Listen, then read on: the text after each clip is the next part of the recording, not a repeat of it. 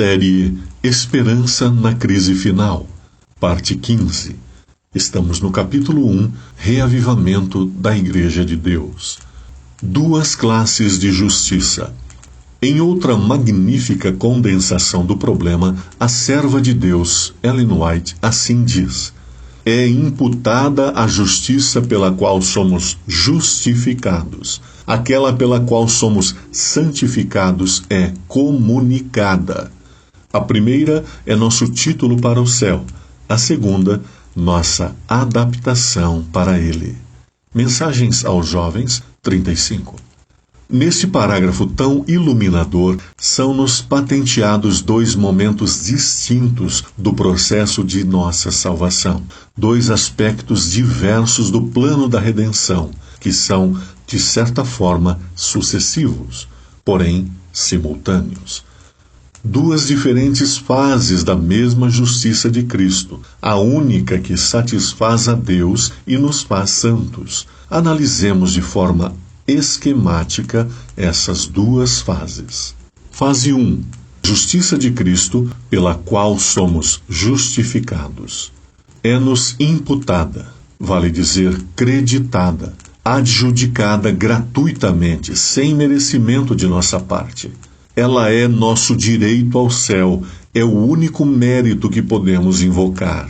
Ela justifica-nos, quer dizer, converte-nos em justos à vista de Deus. E também nós a recebemos exclusivamente pela fé, de maneira gratuita e imerecida. Efésios 2, 8 e 9. Pela graça sois salvos por meio da fé, e isto não vem de vós, é dom ou presente de Deus, não vem das obras, para que ninguém se glorie. Romanos 3, 24. Sendo justificados gratuitamente por sua graça, pela redenção que há em Cristo Jesus. Romanos 5, 1.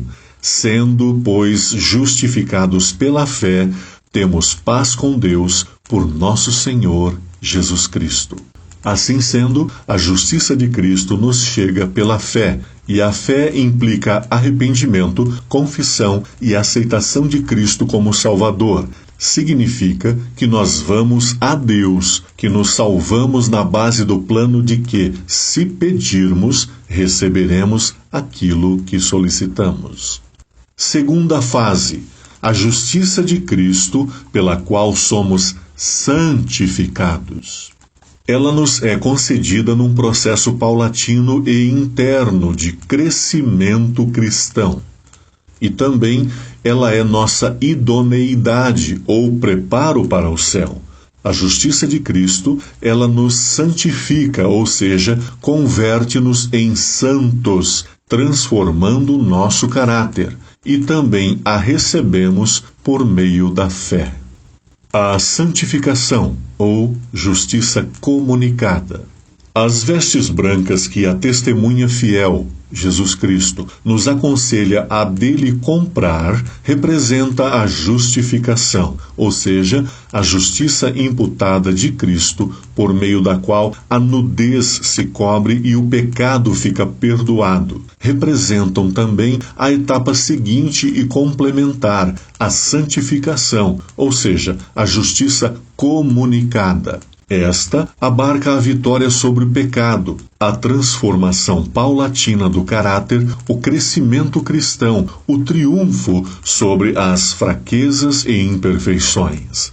Ao passo que a justificação é um fenômeno instantâneo, pois Deus nos perdoa e nos purifica no mesmo momento em que nos arrependemos, confessamos o pecado e pedimos perdão. 1 João 1, 7 a 9, a santificação é um processo que dura toda a vida. O certo é que a santificação e a vitória sobre o pecado são um complemento indispensável da justificação, ou o perdão de Deus. Seria muito ilógico conformar-se com o primeiro passo sem o segundo, como também ilógico seria permanecer alguém na antessala no caso de uma audiência, quando é chegado o momento de termos a entrevista e somos convidados a entrar para falar com quem desejamos.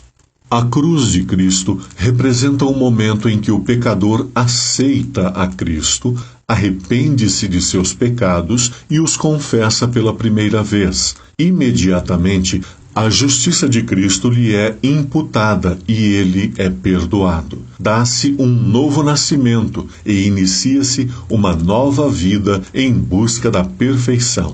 Não obstante, em uma marcha progressiva, o homem convertido pode cair.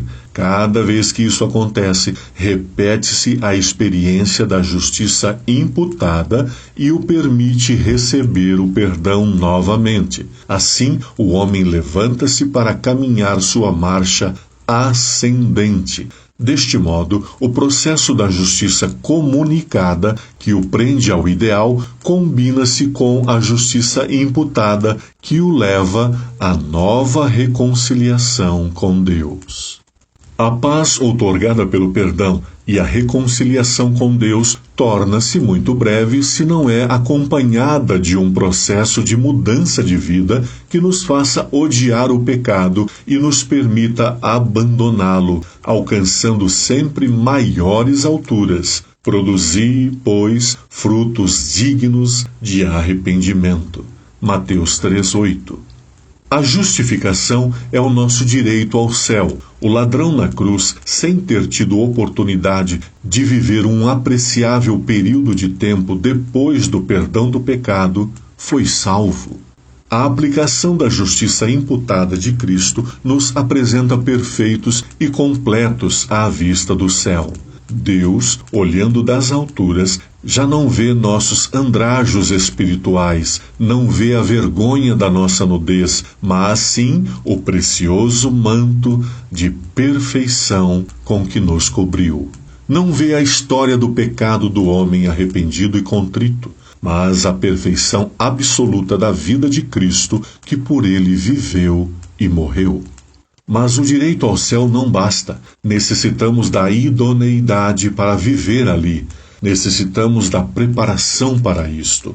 Se ganhássemos um concurso em virtude do qual uma companhia de aviação nos outorgasse uma passagem gratuita para viajar por algum país extremamente frio, teríamos ainda de prover-nos de roupa apropriada para o tempo em que ali permanecêssemos. Portanto, o Senhor espera de nós que preparemos o nosso caráter para o céu, que nos exercitemos na obediência à sua vontade e a seus preceitos, que andemos na luz que Ele faz resplandecer em nosso caminho, que avancemos cada dia um passo mais no caminho da perfeição, cumprindo o mandamento de Jesus: sede vós perfeitos, como é perfeito o vosso Pai, que está no céu. Mateus 5:48.